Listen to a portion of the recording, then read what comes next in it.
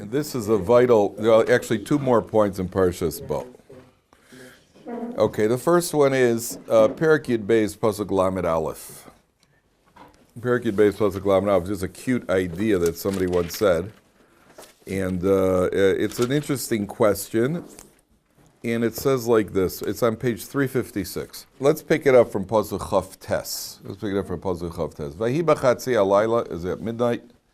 V'Hashem hika kol bechor be'eretz Mitzrayim. Hashem smote every bechor in the land of Egypt. And by the way, Rav Perlman told me, it's very interesting, that they're broken up. In last week's Parsha, there were 7 makos. There are 7 plagues in last week's Parsha. This week's Parsha, there are 3 plagues. There's what do you call it? There's a locust, and there's darkness, and there's a plague of the firstborn. So there are different opinions why they're broken up 7 and 3.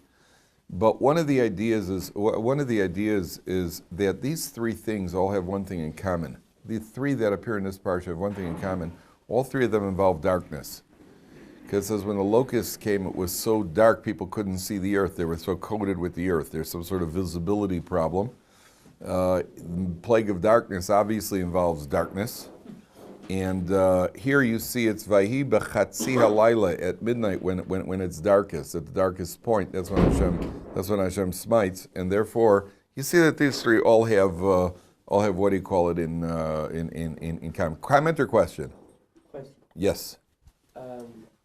So, whenever the locusts were covering it was like so dark that nobody could see, was that beginning of could that also have been the beginning of the plague of darkness? It doesn't say that. They're separate plagues. It's just that the common denominator was darkness in all 3. That's just one of the explanations why they're broken up that way. You have these three have a common denominator. Now, here it says like this: Vahi b'chatzi halayla v'Hashem hika kol bechor be'eretz Mitzrayim. 356.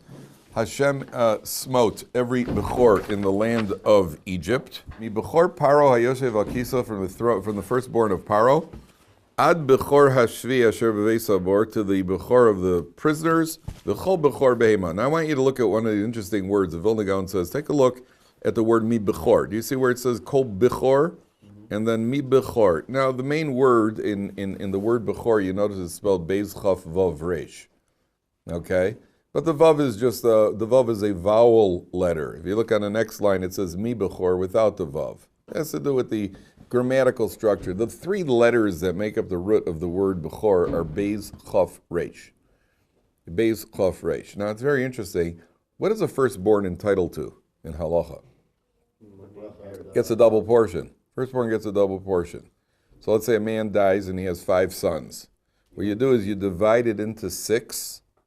And the firstborn gets a double portion of what each other individual is getting. That's a halacha. The bechor gets a double portion. The firstborn son, without going into all the details. Not everything is for details. I'm just giving you an idea.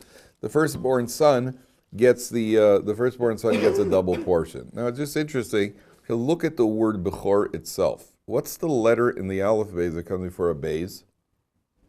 Aleph. So the beis is exactly double of an aleph. Right, a beis is 2 and an aleph is 1.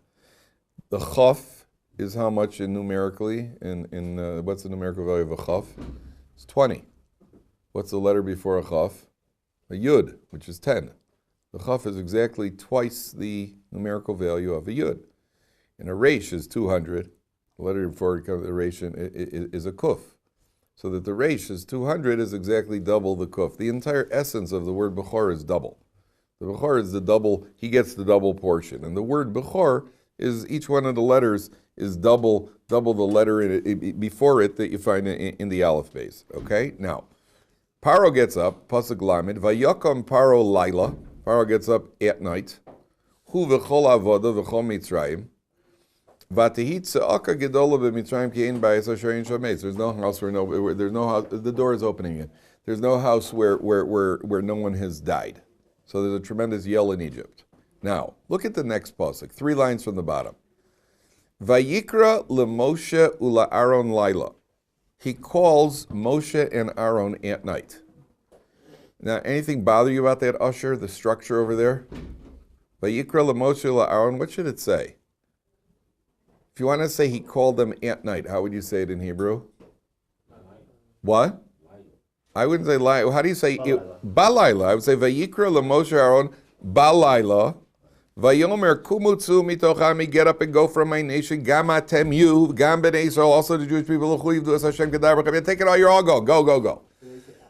But why doesn't it say at night? It says Paro got up and called Moshe and Aaron night. That's how you would translate in English. Okay, it's a valid question. So somebody answered. It's a very cute answer. I don't know that it's the plain meaning, but it's certainly nothing in Torah is coincidental. Take a look for a moment. Take a look for a moment at page 344. Keep your finger on the place. Take it 344.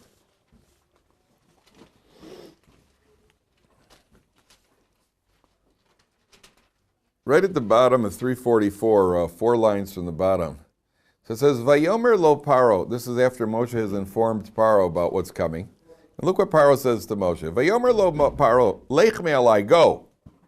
He shomer lecha, take heed. Al tosef ra'os panai, do not come to see me anymore. Ki biyom ra'oscha panai tamus, the day you see me, you're going to die. That's a pretty strong, that's fight man's words. So Paro has said, the day you come to see me, you're going to die. Right? So, Vayomer Moshe Kain Dibarta, Moshe says, okay, so you have spoken, lo osifod ros panecha. You're right, I'm not going to come see you. You'll come see me, but I'm not coming to see you. You're absolutely right. Okay, that's what's implied in Moshe Rabbeinu's words. You're Kain Dibarta, I won't come see you, but you're gonna come see me. However, one of the commentaries points out like this. Paro's got a problem now.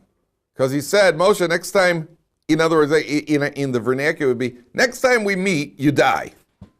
Now Paro's got a problem over here because Paro has to go find Moshe Rabbeinu because he's in a panic. Yet Paro said, on the day you see me, you'll die. So Paro realized, I've got an out. I've got an out over here. I said, on the day you see me. So now the pasuk reads, Vayikra LaMoshe LaAaron. Paro called out to Moshe Aaron, Lila, it's night. I'm okay at night. Lila, he didn't call out at night. Lila is what he called out. He yelled out the word Lila. Vayikra Moshe Aaron. Lila, it's night, so I'm okay. Don't be afraid. You can come see me now. Don't hide. I won't kill you. It's night. I said B'yom. See, I said B'yom. That's what. So Paro's yelling Lila. Okay, he's calling out for Moshe Rabbeinu. So the Medrash says that he was looking around. I told you yesterday. He's looking around everywhere he went. He kept getting tossed. He kept getting tossed back and forth. Okay. Now the Jewish people, the Egyptians send them out, and they take the gold and the silver, and a good time is had by all. Now, take one more point from Parshas Bo. Now, I don't remember. I think we spoke about this in Parsha. And last week we spoke about the Korban Pesach. I'm not sure if we spoke about it. Let me know. Take a look at Perek Yud Gimel Pasuk Mem Ches. Sorry, I lied. Yud Beis Mem Ches. Page 360. I think we spoke about this. I don't remember. You remind me if we did or didn't. So it says like this. Look at verse 48. It's 7 lines from the top. V'chiyogorit chager, when you have a ger or a convert living with you, v'asa fesach la'Hashem, and he makes the korban pesach, himo lo kol zachar.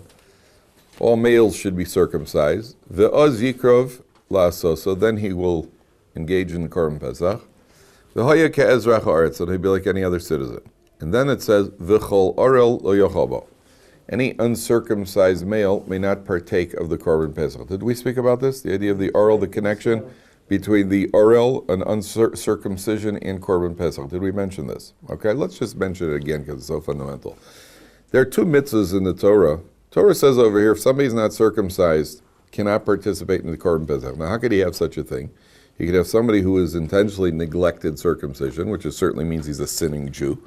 You got somebody else whose brother died of hemophilia. His brother was circumcised and he bled to death from the bris milah. In which case, once it's established halachically, different opinions how many, 1 brother, 2 brothers, but in case once it's established halachically that the family is hemophiliac, then you do not circumcise the subsequent brothers. unless you have a way to stop the hemophilia. Nowadays, it's not an issue. They have medications to it, but it certainly has to be done carefully, and it's got to be under medical supervision and so on. But you could have a situation where if you're in the absence of medical treatment and responsible medical treatment, you could have somebody who does not have a circumcision due to, due to hemophilia. Okay, I mean, there were plenty of Jews. I remember when the Jews came from Russia, the Jews did not have, they were Jews who were completely uncircumcised. Sometimes it happens that somebody has had circumcision and it just wasn't done properly according to halacha. Either it was done before the 8th day, hospital circumcision, or is done by a Jew who's not Shabbos observant, in which case it's invalid even if it's after the 8th day. In which case what's done is something called hatafas dam bris, where they poke with a needle and right in that area to draw a little drop of blood. And draw a little drop of blood. That's what somebody does who's not had a proper circumcision. If somebody has a proper circumcision, or somebody who's totally uncircumcised, needs a full-blown circumcision, which is often, at least a local, if not a general anesthesia. I heard about 2 Russian Jews who came to America. They wanted to have their circumcisions done without any anesthesia at all, because they wanted to enter the covenant with full pain of the covenant. So I can't imagine a doctor doing it. I can't imagine a doctor doing it. Apparently it was done, and I imagine it was not pleasant. At the end of the day, there are 2 mitzvahs, the neglect of which, positive commands, the neglect of which are punishable by premature death. And they are bris milah and the korban pesach. That means if you don't put on tefillin, you're not liable for the kares penalty. If you don't put up a mezuzah, you're not liable for the kares penalty. Those are positive commands, you have to do them, but you're not punishable by premature death. There are many prohibitions: eating on Yom Kippur, desecrating Shabbos, if there are no witnesses, various forms of immorality. All these things are punishable by kares, but not, not no positive commands, except the korban pesach and the bris milah. Those are the only 2. Yeah, you should go ahead. If you include someone, wouldn't have been included otherwise without your invitation, say? And he's an RL, does that mean you're affected by inviting him? You mean that's something else. If you invite somebody in, I mean, it says averig, maybe you get an assist, But here we're talking about neglect of the korban pesach. Somebody who could have participated in eating the korban pesach on the night of Pesach, he had nothing stopping him, and he did not eat the korban pesach. He has neglected a positive command, and he has incurred the punishment of kares, which doesn't exist by any other positive commands except for neglect of bris milah. So what's the connection between the 2? What's the connection between a bris milah and the korban pesach? Why is one, and it's a prerequisite. The fact that a person wasn't circumcised is no fault of his own because he's hemophiliac. He's still not allowed to participate in the korban pesach. Even if he's hemophiliac, it's not his fault at all. He's not allowed to participate in the korban pesach. Somebody uncircumcised cannot participate in the korban pesach. Why not? Why not? Obviously there's a connection between the 2. Obviously there's a connection between the 2. What's the connection here? What's the connection? So the idea is like this. There is a common denominator between bris milah and korban pesach. What is it? One word. One word, common denominator between bris milah and korban pesach. What's that? Cutting. What happens when you cut? Bleeding. There's blood. Korban pesach and bris milah both have blood. There's blood in both. Now, blood is always or often symbolic of a pact. Some sort of bond or pact. So you remember in the movies, the cowboys and Indians used to make a pact. There was, and they right and keep masabi, I have AIDS. Yeah. So nowadays in Hollywood they don't do that. Nowadays you have to put on a rubber glove, but that takes some of the drama out. That's certainly okay. 1 second, white man. Pale face and Indian. They what do you call it? They cut and say, okay, just 1 second, chief. Put on the glove. Okay, splat. It's leaking all over. That's not the same. The Boy Scouts used to do that also. The Boy Scouts there used to be a pact. We're blood brothers. You cut your thumb, right? You touch your blood brother. There's a concept of blood brother. Blood brothers means you've made a pact sealed in blood. Nowadays, obviously, you can't do it. But there is a pact sealed in blood. The first pact sealed in blood is the bris milah, which is given to Avram Avinu, who's the only Jew in the world. That represents the pact between the individual Jew and God. Avram Avinu is the only Jew in the world. It's him versus the world. Him and God make a pact sealed in blood called Brit Milah. That represents the pact that every individual does. Every individual Jew makes an individual pact between himself and God that's called Brit Milah. Then there's another pact. There is the pact that's made between the collective Jewish people and God. That pact made between the collective Jewish people and God was the Korban Pesach. Because the Korban Pesach was the first mitzvah that was given to the Jewish people collectively. And it's a mitzvah sealed with blood. And there's no coincidence that the two of them, the severity of these two mitzvahs is the fact that they are pacts. And since they are pacts, they are the two positive commands that are punishable by kares. Okay? So there's no coincidence here at all. Now, the Torah is telling us a very interesting idea about Judaism. You know, sometimes you get people who are Jewish style. I'm Jewish style. You're Jewish, you were born Jewish, and your Judaism is not threatened. You're as Jewish as the next guy. But you live your life kind of Jewish style. You know, you pick and choose those things that, you know, I like Purim. I'm definitely a Jew. I'm definitely a Jew on Purim. And Hanukkah, I'm all for Hanukkah. We even build a sukkah, even if it's not kosher. We put up a sukkah after all. We like going out. We're definitely Jewish style. I'm not so into Tisha B'Av. I had a guy here in the yeshiva once said to me, right before Tisha B'Av, we were talking about the laws of Tisha B'Av, one of the guys said, hey, Rabbi, you know, I really don't enjoy Tisha B'Av. I couldn't understand why. I said, well, you know, why not? I mean, I love that little headache, you know, that you get when you haven't eaten, you know, that lower back pain from sitting low, you know, the combination, that's great. I mean, who says you have to enjoy it? You have to do it. Well, I didn't enjoy Tisha B'Av. Do you know anybody who does enjoy Tisha B'Av? You know, I don't enjoy landing after jumping off a roof. You know, gee, you know, most of the ride is okay. It's just that landing is a problem. You know, so just enjoy the ride till you land. You know, you don't enjoy Tisha B'Av. Who says you got to enjoy it? You have to do it. You got a responsibility. You get people who are very Jewish style. You know, we eat basically kosher style food, even if it's not kosher. And we light candles on Shabbos, but then we go to the movies. You know, that sort of thing. That's very good. That's very good. You're Jewish style, except you're neglecting your individual obligations between you and God. You want to be a member of the Jewish people. I don't mean a member, halachically a member because you're born Jewish, you're converted. I don't mean that. You want to be a card-carrying Jew. You want to be, it's like they said to this guy, there used to be a cartoon, Andy Cap. I don't know if you remember Andy Cap. It was one of the cartoons. So this woman sees Andy, and she says, Andy, which church do you go to? So he says, well, you know, the First Presbyterian over there on 3rd Street. She says, well, that's funny because I've been going there for the last 4 years and I've never seen you. And he looks at her and goes, well, I never said I was a fanatic. you know, wait, what does that mean? Well, which shul do you belong to? I belong to that shul over there. Yeah, when do you show up? You know, once in a while on Yom Kippur. If somebody died and I got to be there, you know, what does that mean? You know, you belong to the shul or you don't belong to the shul. Yeah, you belong to the shul. I show up once in a while. Are you really a member of the Jewish people or you're not a member of the Jewish people? What makes you a card-carrying member? The prerequisite for being in the collective pact of the Jewish people is you have to fulfill your individual pact. You have to have a bris milah in order to participate in the Korban Pesach. That means it's fun to be part to Jewish style. I'm part of the Jewish people. We do all these Jewish things, right? We buy Israel bonds. We have bagels on Sunday. You know, there we go. We're good. We're good. Yeah, well, yeah, you think you're good, but that's not the requirement. The requirement is you carry out your individual pact. You put on tefillin. Do you keep Shabbos? Do you wear shatnez? Your individual. That's what's symbolized. That's the connection between the bris milah and the Korban Pesach. That your individual obligations as a Jew is what identifies you as a member of Jewish people, not your style. Not the fact that you put an Israeli flag on your front door. That does not identify you as a Jew.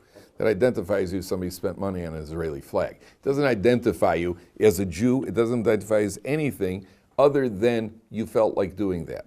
A Jew has a responsibility. That's where it begins. It begins with your individual responsibilities. I'm a member of the community because I carry out my individual responsibilities. Now I can be collected. I'm not a member of the community because I go rah-rah. I'm part of the community too. That's what the Torah teaches you. A very fundamental principle in observance and a somewhat painful principle because it means that we have responsibility.